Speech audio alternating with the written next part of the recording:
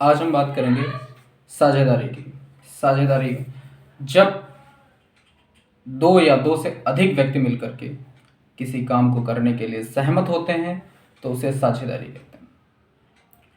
साझेदारी में साझेदारों के बीच में एक हानि और लाभ का रेशियो होना जरूरी होता है। अनुपात एक जरूरी होता है कि किस अनुपात में वो अपने लाभों को बांटेंगे या अपने अगर हानि होती है तो किस अनुपात में अपनी हानि को पूर्ति करेंगे।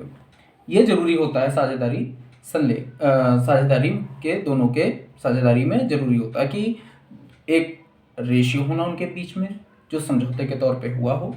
अगर नहीं होता है, अगर रेशियो उन दोनों के बीच में समझौते के तौर पर नहीं कुछ रेशियो का डिसाइड होता है, तब उन दोनों के बीच में बराबर का रेशियो, जितने भी साझेदार हों दोनों में, मतलब क्या है, साझेदारों में तो साझेदारी में दो या दो से अधिक व्यक्ति मिलकर ही काम करते हैं, जितने भी साझेदार हों।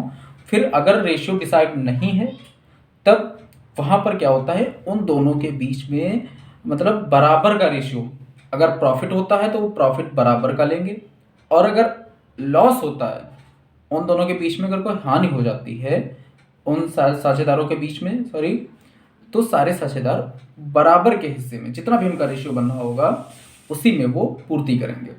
अगर दो साझेदार हैं तो बराबर बराबर में, तीन है तो 1/3 रेशियो में, चार हैं तो 1/4, जितना भी उनका हिस्सा बनेगा, लॉस होगा, वो उसे पूर्ति करेंगे उन दोनों के बीच में। ऐसे उसी को ही साझेदारी कहते हैं।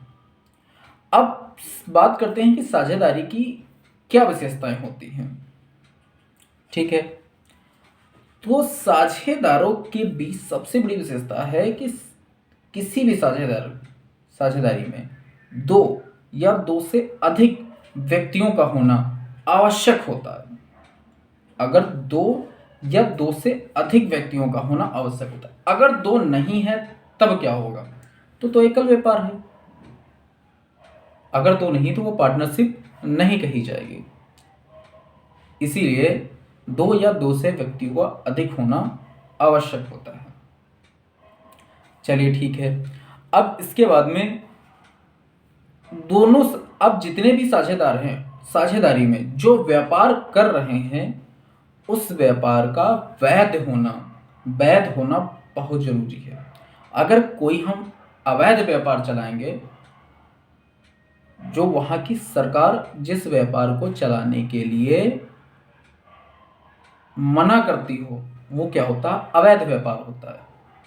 और जिस व्यापार को चलाने के लिए वहां की सरकार परमिशन देती हो वही वैध व्यापार कहलाता है। तो इसके लिए बहुत जरूरी होता है कि वहां की सरकार कहे कि यही व्यापार करो, वही व्यापार करना चाहिए। ठीक है, तो ये बहुत जरूरी है कि वहां की सरकार उसकी परमिशन देती हो।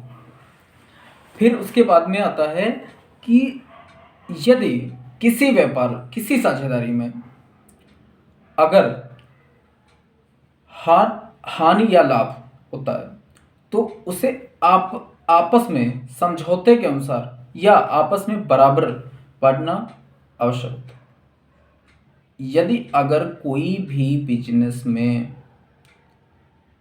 प्रॉफिट हुआ है और सभी साझेदार, कोई उन सब में से कोई एक अवयस्क है, अगर जितने भी उस पार्टनरशिप में साझेदार हैं अगर कोई अवयस्क है और लॉस हो जाता है, अगर प्रॉफिट हो जाता है तब तो वो हिस्सा लेगा, अगर लॉस हो जाता है तो उस कंडीशन में जो अवयस्क साझेदार है, अवयस्क मतलब जिसकी उम्र 18 साल ना हुई हो, जो भी 18 साल का ना पहुंचा हो, अगर लॉस हो जाता है तब उस कंडीशन पर उस अवयस्क साझेदार को हानि की पूर्ति नहीं करनी होगी।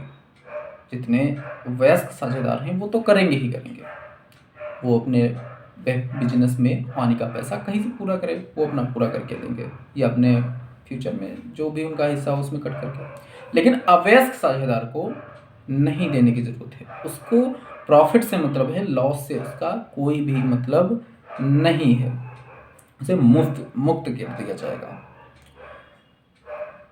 अच्छा, एक पार्टनरशिप जो होती है उसमें जो पार्टनर होते हैं उनकी जो उनका जो दायित्व होता है वो सीमित ना होकर के असीमित होता है। जितना वर्क करेंगे उतना ही उनकी लायबिलिटी उनका तो सीमित है ही नहीं, जितना वर्क करेंगे उतना ही ज़्यादा वो उसमें प्रॉफिट होगा उसका। उसके बाद में आता है कि क्या रजिस्ट्रेशन इम्पोर्टेंट है पार्टनरशिप का? नहीं। रजिस्ट्रेशन अपनी इच्छा पर डिपेंड करता है। यदि अगर हम कराना चाहते हैं तो ही उसका रजिस्ट्रेशन कराना ज़रूरी है, अन्यथा